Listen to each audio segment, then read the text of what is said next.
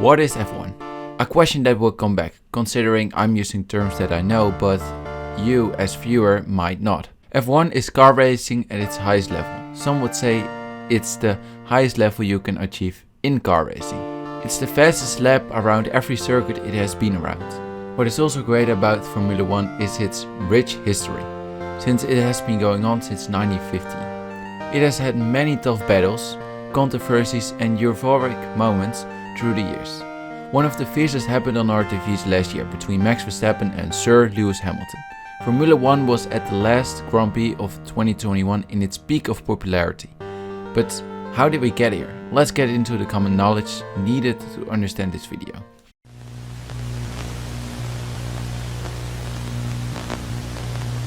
Formula 1 is nothing more than cars going around the circuit as fast as possible. The only difference is that there are different tires, and you can go into the pits to change them. You have the soft compound, which is the fastest but it doesn't last very long. Medium is very medium in that regard. It lasts longer than the soft tire, but you also go a bit slower. On hards you go the slowest, but they don't have the fast tire wear of the mediums and the softs. When driving around the track and using the same tire for too long, your pace starts to drop. Somewhere there's a sweet spot where you should go and change the tires in the pit street. This is mostly decided by the teams, who have many people looking at data. In Formula 1 it happens sometimes somebody drives into a wall. At that point the steward of the race decides if it's necessary to bring out a safety car, which the driver have to follow. They can also deploy a virtual safety car, in which the drivers have to drive slower than a lap time set. But what does a race week look like? On first day the week starts with a press conference, in which the drivers discuss the up and coming weekend. On the Formula 1 car there are a lot of adjustable things. Think about ride height, front wing and back wing. This means that drivers need time to adjust the car to their likes. This happens during the 3 practices on Friday and Saturday. Later on the day, on Saturday, qualifying comes. There are 3 stages during qualifying: Q1, Q2 and Q3. The sport has an elimination system. This means the 5 drivers with the slowest time are eliminated in Q1 and Q2. The ones that go to Q3 have to start the next day on the tires they qualified with in Q2. Where you finish in Q3 is your start position for the next day. The race is pretty straightforward. Just driving laps around the circuit, and the one that gets over the finish line first wins. There is a penalty system if you do something illegal, which will be interesting videos sometimes.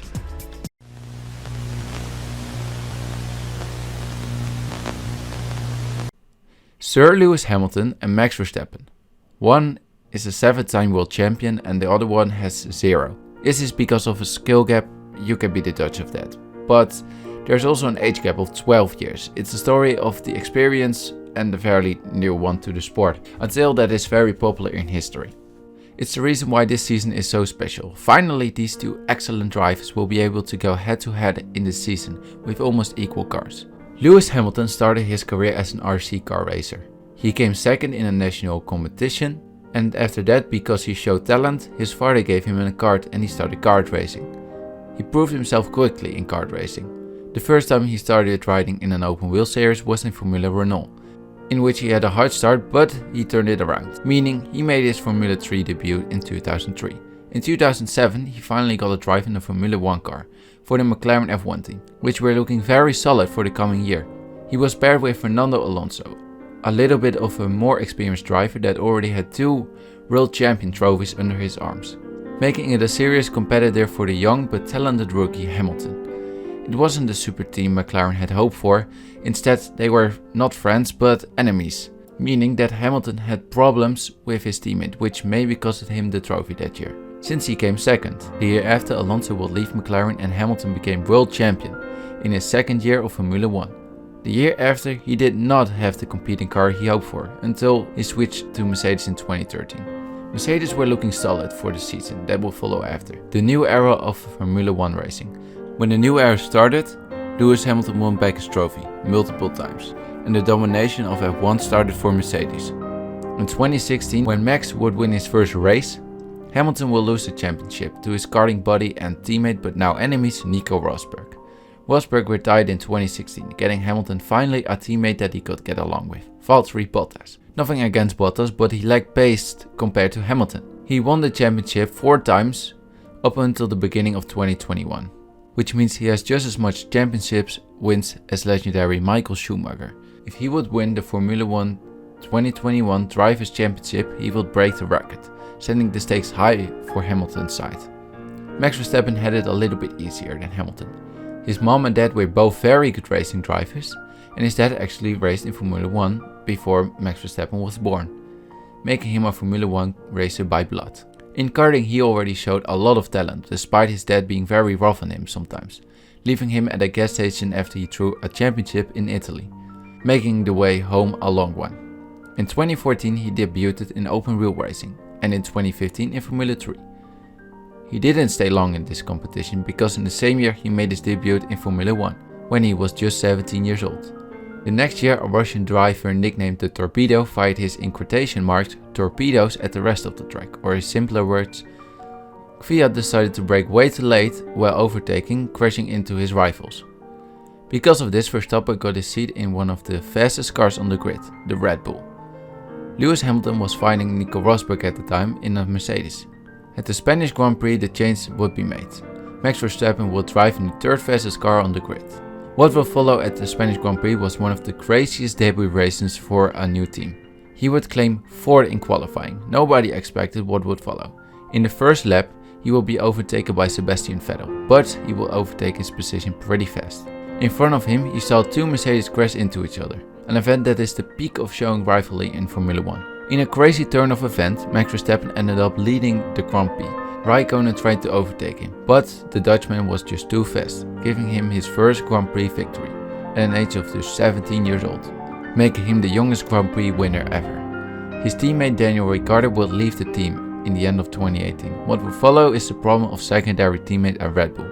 Since Ricciardo there have been 3 drivers who have taken the seat for a spin, and this year Sergio Perez will take it for a spin. A question that you might have is, how are you going to fit 22 race weekends in this video? The answer is, I'm not going to. Rather, I'm taking the most interesting ones and I'll try to keep the story going in between.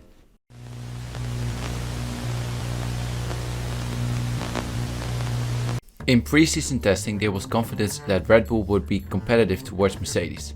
Pre-season testing doesn't mean much, so we have to see in our first Grand Prix on the calendar, Bahrain. In qualifying we had our first surprise of the season, Verstappen to pole. In the formation lap, Perez, Verstappen's teammate, had problem with his engine. This meant that Red Bull was worried that the same would happen for Verstappen. When the lights went out, it took 2 corners until our first crash of the season happened. Mazepin lost the control of his Haas. People were already expecting this would happen. Since he did pre-season, it had been nothing but drama. Verstappen pitted later than Hamilton, since Red Bull had reason to believe that the tires had to last long. Verstappen was leaving comfortably when Hamilton went into the pits. After Verstappen pitted, he was behind Hamilton, but Red Bull believed he could make that up. A conversational corner that weekend was turn 4. In the corner Hamilton took a more controversial line than Verstappen had done all race. This line saw him exceed track limits, but the FIA didn't react. And when they did react, Hamilton was amazed because he thought there were no track limits. When he stopped doing it, Verstappen slowly gained time on him. In lap 53, Verstappen tried to overtake Hamilton going into turn 4. Verstappen went in with too much speed, so when he overtook Hamilton he had to give the position back, after exceeding track limits at the point where Hamilton had been doing it all race.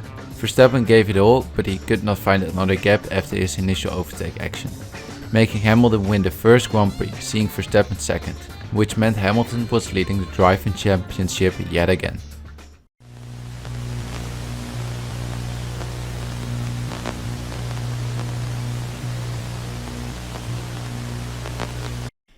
The next weekend would be interesting for anyone since there would be rain on the Sunday, but not on Saturday. In qualifying, Verstappen would lack pace, meaning he would be on 3rd, but only because Norris his time would be taken away because of track limits. Hamilton took pole and Perez on 2nd. On Sunday it had rained very heavy before the race, meaning that it would be a wet race, which is always very entertaining. In a drag race until the first braking zone, Verstappen made his shortcoming in qualifying good, both overtaking Hamilton and Perez. Verstappen had a quite comfortable race, Hamilton less. In lap 31 he drove himself into the gravel, while trying to lap Russell, breaking his front wing in the process. At the same time Bottas and Russell had a nasty crash, which meant the race had to be red flagged. Because of this Hamilton was saved from disaster, but he still had to restart at P8, after which he had an impressive regaining of his initial position, meaning he would finish in second and Verstappen in first. The race that will follow was in Portugal. Overall it was quite a boring weekend. Hamilton won with Verstappen following. In Spain the exact top 3 would follow, after an unsuccessful 2-stop strategy from Mercedes against Red Bull's 1-stop strategy. The following race Verstappen would win in the streets of Monaco, because Leclerc crashed in the wall, making everyone only get 1 lap in Q3. In the race Hamilton would finish in P7 after he was stuck behind Gasly for a long time.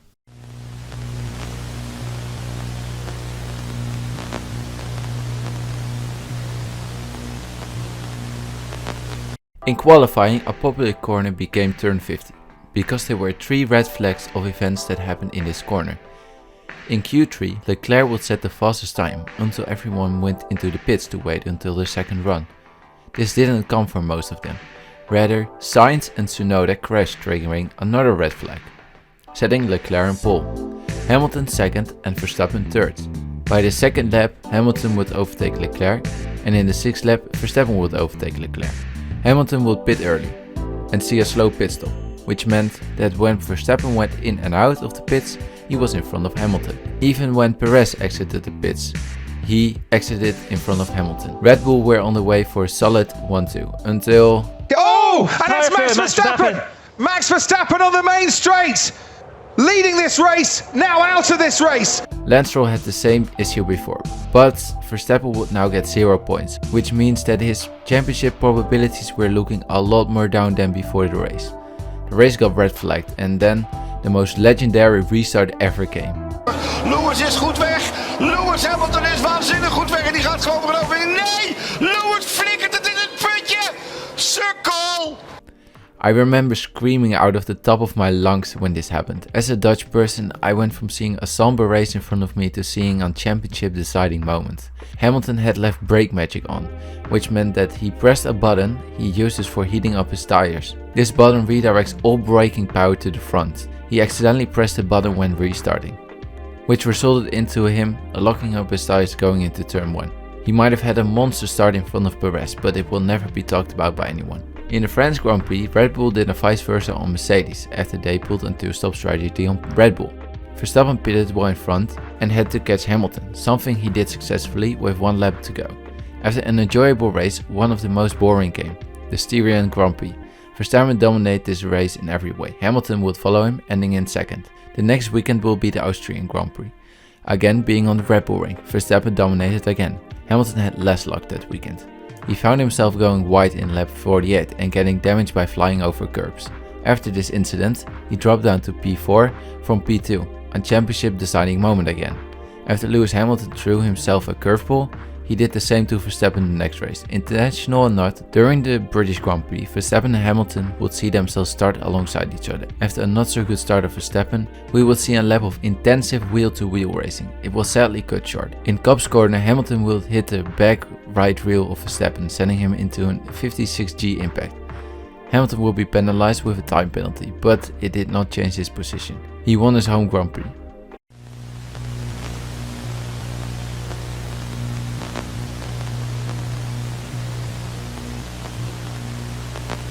In qualifying there would be mind games between Hamilton and Verstappen. Hamilton was holding up Verstappen before his last final lap, which resulted in Verstappen having 2 cold tires to set a good lap. This would result in him starting the next day behind both Mercedeses. On race day it would rain in the morning. Most people were starting to expect a beautiful betting from beginning to end.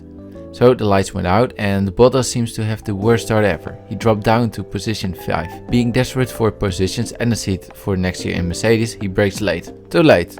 He blocks up and hits Verstappen and directly takes out Perez. In the following moments, 3 other drivers would be forced to retire because of Bottas' mistake. Verstappen dropped to position 13. He could go further racing, but his car is not in an ideal state, meaning he is slower than he normally is. The race would be red flagged after the turn 1 incident. Red Bull now have time to repair their car to the best of their capabilities, but it's not enough. He would not recover his positions. The track seemed dry when there was a second standing start, so the entire field decided to go into pits for dry tires except Hamilton. This resulted in him pitting the next lap and dropping down. What would follow was an exceptional race by Hamilton, in which he raced himself all the way to position 3. Verstappen would finish in P10. Because of all the craziness originally started by Bottas, we will see Ocon leading the race. He would not dominate the race.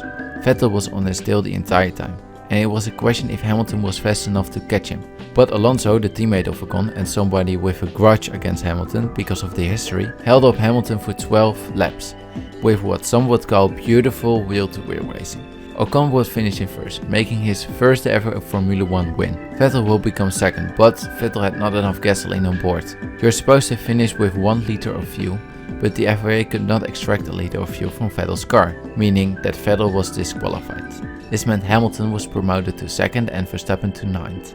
After getting a race of full excitement, we will see the race of the season with no excitement. It only had a short run behind the safety car. During the Belgian Grand Prix, it rained and it rained. In qualifying, this meant the best of the drivers would be asked. In Q3, George Russell amazingly set himself on the front row in P2, in one of the slowest cars of the fields. Verstappen got in first and Hamilton in third. During the race, they drove a handful of laps behind the safety car. Because of the heavy rain, this would mean there were no overtaking possibilities, and so the top 3 stayed the same. The next race was in Verstappen's backyard, the Netherlands. He won the race even though he was on constant pressure of Hamilton.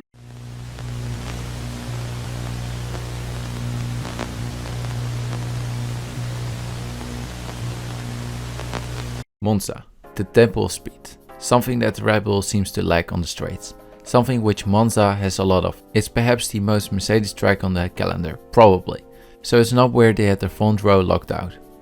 What was weird is that Bottas qualified in front of Hamilton, Verstappen qualified third, but it's a sprint race weekend. On the Saturday something unexpected happened. Hamilton had a very bad start. He lost 4 positions going into turn 1. Luckily for him, he had a sprint race and a race in front of him, so there was no cause for concern.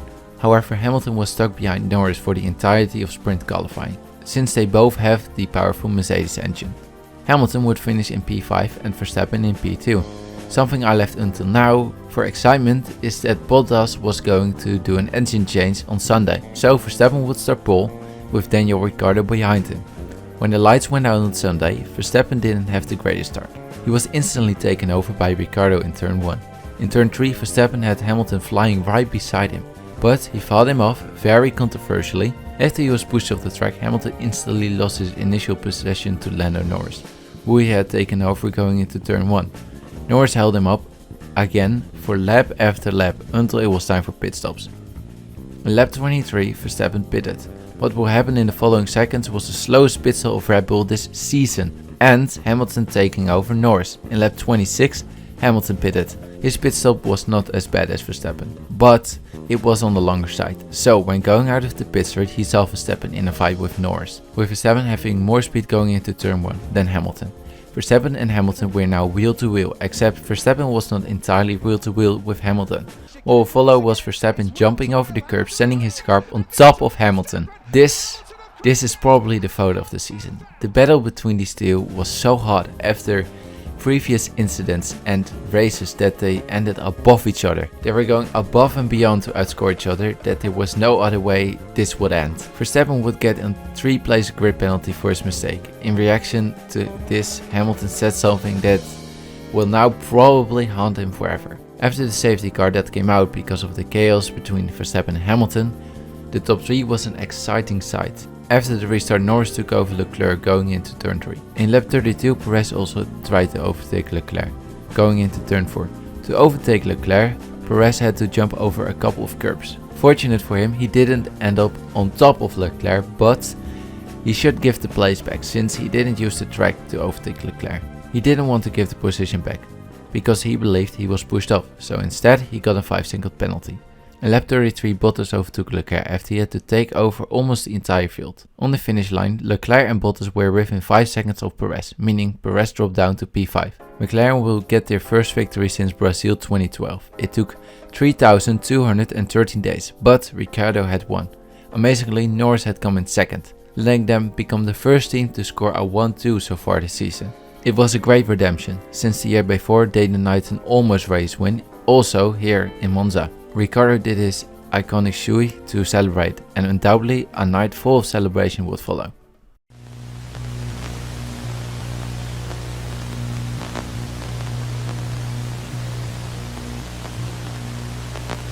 This weekend started with the already expected news that Verstappen is going to do an engine change. This will set him at the back of the grid.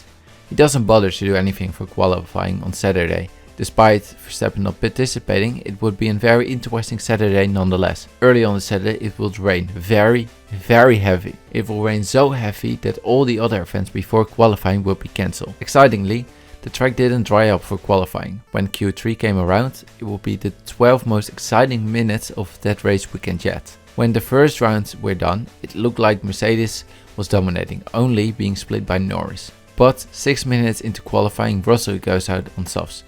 It seemed that the track had dried up enough to start using dry tires if you first drove a couple of laps to warm your tires. When pitting for softs, Hamilton crashed in the pit lane, not damaging his car badly. It seemed that the dry tires were 1.5 seconds faster than the intermediate tires. There were only 3 drivers who could use the advantage of using dry tires. Hamilton also spun on his last flying lap. Norris got his first ever pole position, being followed by Sainz and Russell. The next day rain was also expected, somewhere around the start, but that was subject to change. When the lights went out there was no rain. Norris lost his position to Sainz on the long straight going into the first corner. Hamilton fell down to P6 after turn 2. In lap 13, Norris overtook Sainz again. By this point, Verstappen was in P11 already and Hamilton was in P5. By lap 47, it started raining. Hamilton had fought himself up behind Norris and Verstappen was in P7. He later said in an interview that he had made peace with this ending, despite it clearly not being ideal for the championship. Norris was on his way to win his very first Grand Prix, but first he had to make the right call if he was going into the pits or not. He had to pit because the rain that had been expected since the start of the race was finally dropping down on the racing track. In lap 49 he was asked if he would want to pit. Understandably, he screamed no. Hamilton, Sainz and Verstappen pitted. Later it will be apparent that this would be the lap that was ideal to make a pit stop. Norris declined going into the pit street all the way until lap 51, and by that point Hamilton had overtaken him. Hamilton probably thought that he had the championship secured, since last time he heard Verstappen's position, he was in P7. But in all the chaos of the last few laps, Red Bull had also pitted Verstappen in lap 49, as said earlier. He saw himself going up the leaderboard fast, and when the checkered flag dropped, he was in P2 and Sainz in P3. They had all 3 chosen the right strategy. Norris fell back down to P8. His self-confidence took a very big hit this weekend. Hamilton did not only win the race, he also got his 100th victory. Legendary to say at the least. After the Russian Grand Prix, a spree of mediocre races would follow, starting in Turkey. Hamilton took an engine change this weekend. It was crucial for him to get pole position on Saturday so he could start from P11. And he did. Bottas followed him and then Verstappen. They both moved up a place on the grid the next day since Hamilton did an engine change. Before the race it rained. During the race the track stayed wet and didn't dry. In these unique conditions, it seemed that dry tires did not work after somebody tried it out. But it also seemed that inters didn't work because they didn't get any temperature. Hamilton took a late pit stop, a strategy that did not pay off the way he hoped for. Even though if it was up to him, he would not have done a pit stop at all. He finished in 5th and Verstappen in 2nd. The race thereafter was in the United States of America. Verstappen got pole position, being followed by Hamilton. During the race Verstappen had a bad start, so Hamilton overtook him. Verstappen would try to pit early, trying an undercut on Hamilton. 2 laps later he would enter the pits and when he left them he would find himself behind Verstappen. Verstappen tried to undercut Hamilton again when going into the pits for the final time. He knew that his tires by the end would be much worse than the tires from Hamilton. So the question began if Hamilton could catch Verstappen. And he closed the gap to Verstappen with 1 lap to go, but he could not pass him. Verstappen ended in 1st and Hamilton in 2nd. The race that would follow was Mexico, the home Grand Prix of Perez, Verstappen's teammate. Verstappen could not answer to the Red Bull Mania in Mexico in qualifying. He qualified in 3rd, being followed by Perez. Bottas would be in 1st followed by Hamilton. When the lights went out, going into the first corner, Verstappen was in 1st, being chased by Hamilton. Perez in 3rd after Bottas spun in the first corner. The race ended with this top 3. Mexico was upside down after Perez got his podium. His father seemed to be the happiest of all.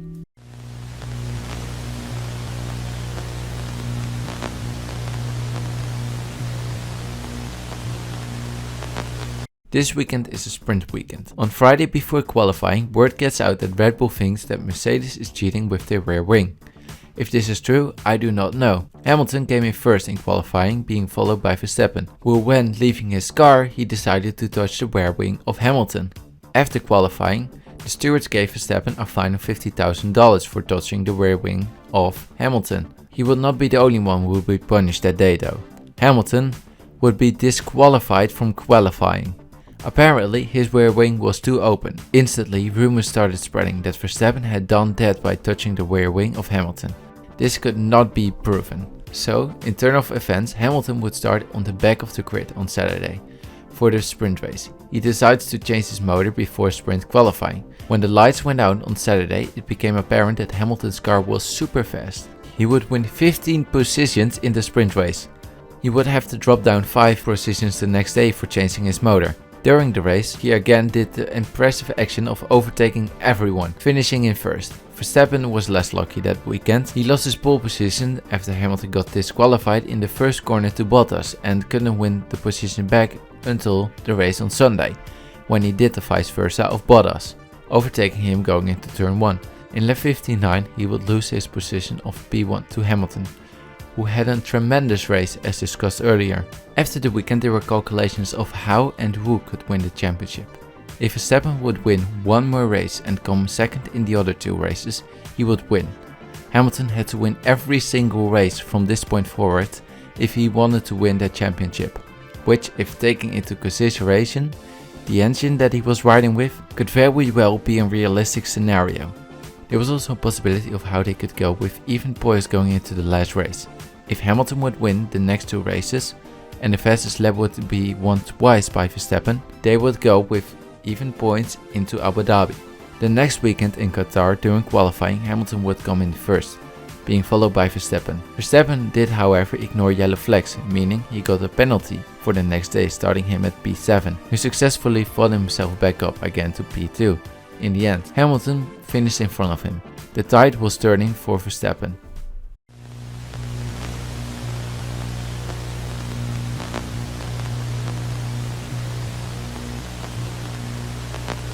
With having 2 races to go and the possibilities of Verstappen becoming champion shrinking, Red Bull needed a counter-attack, so it will happen on her newest track, the Jeddah circuit. Despite showing major signs it's a Mercedes circuit, Red Bull showed themselves surprisingly fast, making it more a 50-50 circuit. The circuit is one of the fastest and one of the thinnest at the same time, making it a horror track to say the least. Margin for error is non-existent. Even though many lives are at stake, the drivers seemed to like the idea of this track. And for qualifying, it was time they were going to give it all. It's needed to qualify good on this circuit. Even though Formula 2 racers showed it was not as hard to overtake, it will be a different story for Formula 1 with dirty air. So, when Q3 came, everyone was ready for the kamikaze lap. In the final stages, Hamilton would show himself the fastest, but Verstappen was still on his way, having no traffic whatsoever. His first sector was purple, with taking everywhere a margin of a couple of centimeters. Second purple, and again with no margins whatsoever. Going in the last corner, he was 300ths of a second up compared to Hamilton. It would be one of the best laps ever in Formula 1's history, until can spoil the Mercedes party and ruin that 1-2 as he hits the wall right at the final corner. Max Verstappen hits the wall and pole position slides out of his grasp. Well, one question that came to people's minds was, did his gearbox survive? News in the morning was it survived, but the weekend wasn't over yet. Verstappen found himself in third when the race began, since Bottas had set a faster lap in qualifying than him. The race started rather quiet up until lap 10, when Schumacher goes in the wall, setting a yellow flag in the progress. Instantly, a lot of drivers go inside the pits, including Hamilton. Verstappen decides to do the opposite. 4 laps of following the safety car later, the stewards think the wall needs to be fixed, and a red flag is taken out. This gives Verstappen a free pit stop, so he was in front of Hamilton. So when the race restarts, Hamilton is faster than Verstappen, and so Verstappen drops down to P2. Then Verstappen dive bombs over the curb, sending his car in front of Hamilton. Verstappen did something that was not following the rules, but before he could give the position back, a lot of other people crashed, making the race get red flagged. Red Bull gets the option of starting from third, seeing Lewis in second and Ocon, who very fast and smartly took second place in the chaos, in first. Red Bull decides to take the FIA up on their offer, seeing Verstappen in third again. When the race restarts, Verstappen goes safely out of the first corner in first, but he is on medium tyres with 30 laps remaining. Not the best situation. In lap 36, Hamilton tries to pass Verstappen. Verstappen sends his car wide and has to go wide again. This means to avoid a penalty, he should give the position back.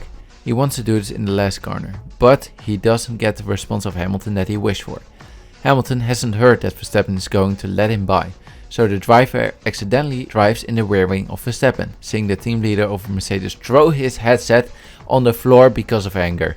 Hamilton angrily screams on the radio that Verstappen brake checked him. He did not understand the situation until later when he hears Verstappen was supposed to let him by. Verstappen gets a 5-second penalty for his actions into turn 1. Tensions couldn't be higher between Verstappen and Hamilton. Verstappen then lets Hamilton pass him in lap 42, but he had gotten DRS and passes Hamilton again, which is not allowed. A lap later, Hamilton overtakes Verstappen. Hamilton wins the race and Verstappen followed him. But the race is long from over, since there are many moments to be discussed after the race, because they both got summoned to the race director. Verstappen in the end got a 10-second penalty and most of the blame, not changing the outcome of the race.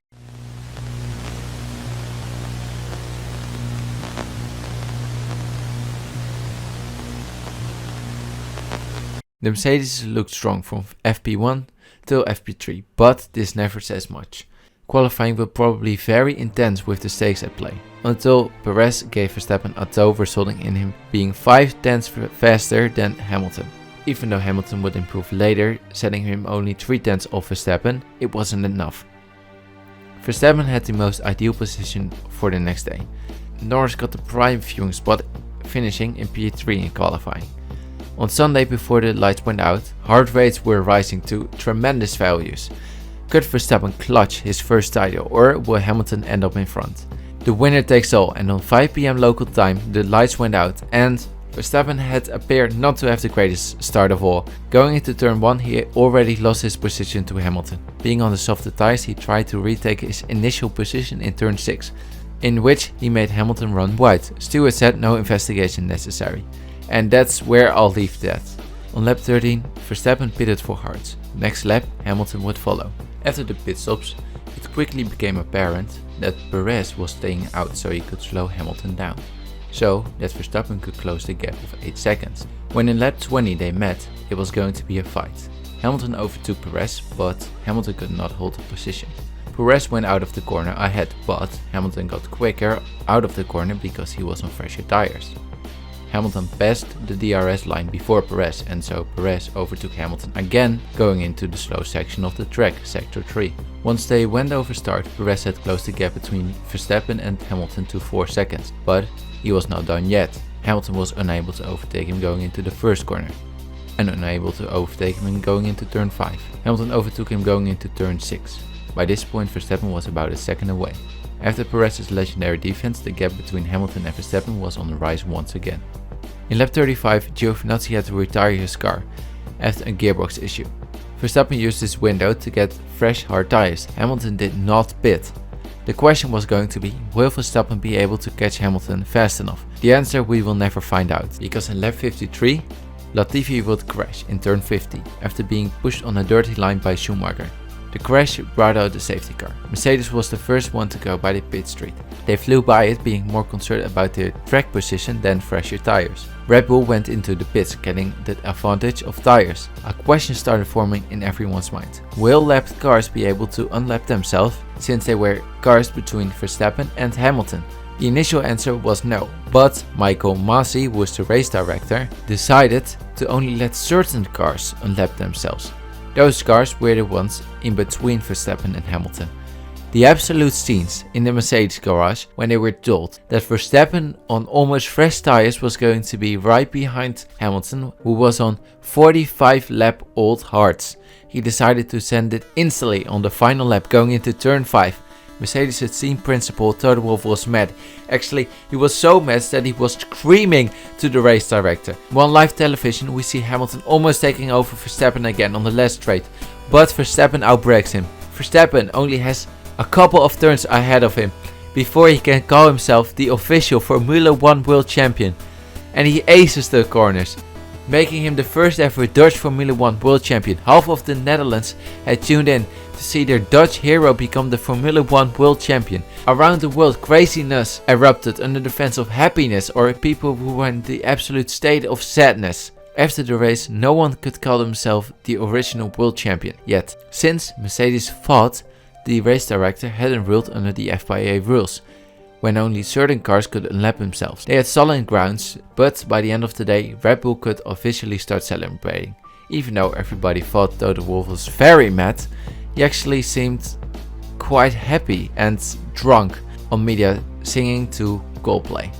Sir Lewis Hamilton would be officially knighted on Wednesday following the race. He did not let him hear from himself on social media for 3 months after the chaos erupted at Abu Dhabi. After the race Hamilton and Verstappen both congratulated each other on their finish, which showed amazing sportsmanship from them both. After a lot of pressure to the months had been set on Michael Masi as race director, even in this video numerous controversial moments of him have been discussed. In March he finally got the call he will be sacked. It was certainly a choice of debate, but in the end it does not change the outcome of Abu Dhabi.